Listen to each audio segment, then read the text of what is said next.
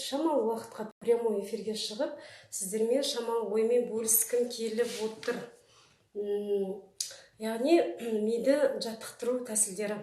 Сіздермен күшті бір техникамен бөлісем. Бұл техниканы алдағы 5 күнде или 6 күн жасап жүру керек болады. Егер жасап жүрсеңіз, нәтижесін байқайсыз. Сонымен ол қандай техника дейтін болсаңыз, күнде жасау керек, таңертең жазасыз, мүмкін кешке жасасыз, жазып аласыз, бір дәптер арнайсыз. Күнде жасау керек, әрекетіңізді жазуыңыз керек. Ол әрекеттер қиын болмау керек та. Ол әрекеттер қиын болмау керек, оңай іс-әрекеттер, 30 іс-әрекет. Ол не үшін дейтін болсақ, бізде мида дофамин деген гормон бөлінеді. Дофамин, бақыт гормоны, негізі адамның бойында түрлі гормондар бөлініп жатады. Дофамин, серотонин, кортизол. Бұл гормондар бөліну, осы гормондардың бөлінуі адамды басқарады. Дофамин, бақыт гормоны, кортизол, ол сіз ашуланғанда, қайғыланған кезде бөлінетін гормон. Серотонин тоже уайым гормоны сияқты. Сондықтан адам бақыт жағдайына жету үшін состояние потока болу керек екен. Состояние потока деген сөз, ол яғни ол қазіргі сәтте болу, қазіргі сәтте, қазіргі жағдайда болу, болашақта емес, өткенде емес, қазіргі сәтте болу. Ол туралы мен әлі келесі бөлісіп отырамын, әлі келесі видеоларымда. Сондықтан қазіргі сәтте болудың ең бірінші қадамы ол біздің бойымызда дофамин бөлдіру. Сонымен миды алдау. Миды алдаудың қандай тәсілдері бар? Миды біз не үшін алдаймыз? Біздің миымыз шын мәнінде үлкен нәрсе алдың не, кіші нәрсе алдың не білмейді екен. Оған бәрібір да.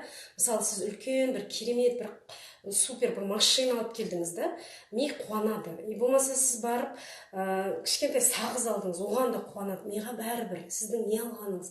Сіз пәтер алдыңыз не, сіз гүл алдыңыз не, миға тек қана жаңағы нәрседен алғанына көріп қуаныш, яғни дофамин бөлінсе болды миға. Сондықтан біздің миымыз қазіргі заманда көп адамдардың милары неге үйреніп қалған? Бүйтіп сол қуанышты байқамай, бүйтіп жаңағы сөйтіп жүруге үйреніп қалғанбыз. Біз күнделікті өмірде біз қуанышты сәттерді байқамаймыз. Миымызды до такой степени сондай жағдайға неғып тастағанбыз, жаттықтырып тастағанбыз да. Өйткені күнделікті үйреншікті да, ол бізге и так келіп жатыр, әр нәрселер, барлық жағдайлары.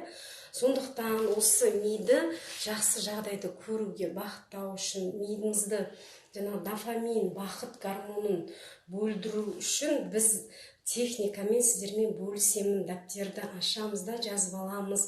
Бүгіннен бастап кем дегенде 5 күн, 6 күн, 1 апта жасайсыздар.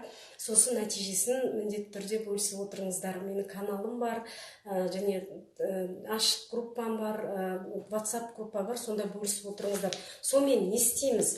Сонымен күнделікті оңай атқаратын іс-әрекетіңіз жазасыз. Мысалы, қиналмай атқаратын нені істейсіз? Мысалы, тұрасыз таңертең, су ішем деп, мысалы да, су ішу керек, су ішем деп жазып қойыңыз.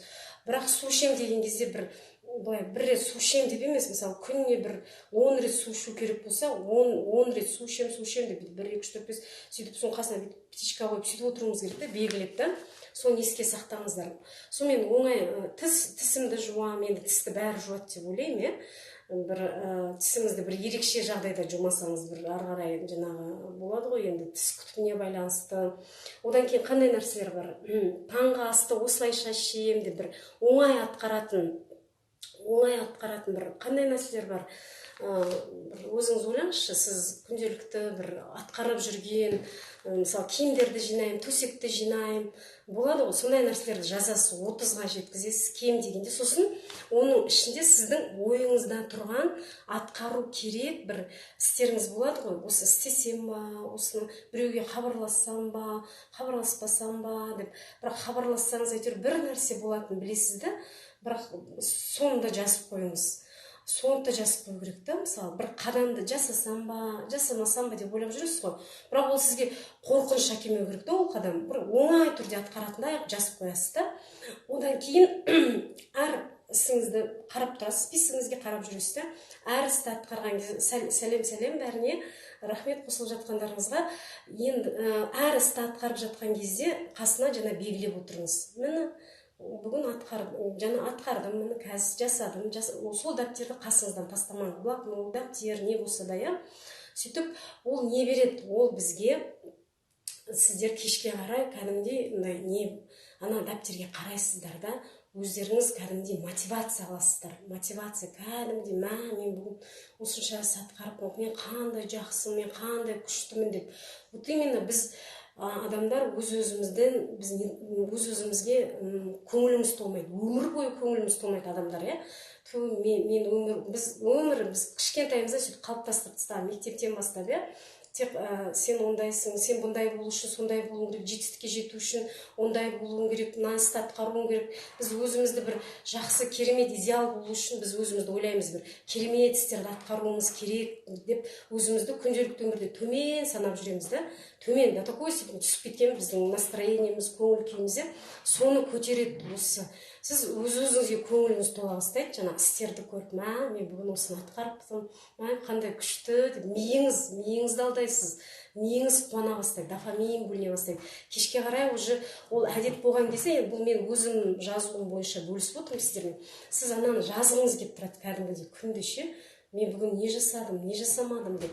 Ал жасамаған күні, егер осы әдетті жасамайтын болсаңыз, сіз қайтадан бұрынғы қалыпқа тез түсіп кетесіз. Мұңайып, ойланып, қайғыланып, бір нәрсені жасай алмай болады ғой адамдар. Сондықтан осы іс-әрекетте сіздерге кеңес берем, жасап жүріңіздер. Одан кейін осы 30 іс-әрекеттің ішінде бір жасалмай, бір қиын болып қалады ғой, бір жаңа хабарласу керек деген адамымыз, телефон алмай қалды, 2 рет звондадыңыз, алмады, 3 рет звондадыңыз, болмаса бір жерге баруыңыз керек еді, қыдырып бара алмай қалды. Оның орнына басқа әрекет жасап қойыңыз да, міндетті түрде сол тез атқарылатын. Сөйтті, ол міндетті түрде ол атқарылу керек. Жаңағы ісіп тастаңыз, атқарылмай қалған ісіңізді, орнына жаңа іс-әрекет сөйтіп, оны да белгілеп қойыңыз. Кешке қарай сол 30 іс-әрекетіңіз белгіленіп тұрған кезде жаңағыдай жағдайға түсесіздер. Сонымен мен бұл бір кәдімгідей өзім инсайт болып сіздермен бөлісіп отырмын да. Негізі айтатын нәрсем өте көп, айтатын техникалар өте көп. Негізі бір күні бір курс па, бір сіздерге кішігірім марафон ба, білмеймін, сондай ашып, осының бәрімен бөлісім керек сияқты. Пока мен тегін бөлісем сіздермен. Тегін болып жатқан кезде көріп прямой эфирді жасағаныздар техниканы. Тегіннің құны болмайды дейді, бірақ мен бір 10 адам болса, оны 2-еуі жасайды. Сондықтан міндетті түрде жасаңыздар. Сосын бөлісіңіздер, айналаңызға айтыңыздар, достарыңызға айтыңыздар, осындай техника бар екен, өстіп жаса деп. Бірақ айтайын сіздерге, айналадағы адамдар жасамайды. Көп адам жасамайды. Олар бүйтіп айтады сіздерге, сен қуып кеттің ба, сен істеп жүрсің, сен өмір өстіп жүреді екенсің деп сондай сөздер айтады. Сондықтан көп айта берудің қажеті жоқ. Өз-өзіңізбен болыңыз, өз-өзіңізді жақсы көріңіз, өз-өзіңізді айнаға күнде қарап, өзіңізге күліп қарауды үйреніңіз, өз-өзіңізді мақтап үйреніңіздер. Мен бұны әлі YouTube каналға дұрыстап толықтырып салам, қазір асығыс болып тұрмын. YouTube каналынан да көре аласыздар. Сонымен сұрақтарыңыз болса, мені WhatsApp, Telegram топтарыма жазасыздар. Сау болыңыздар.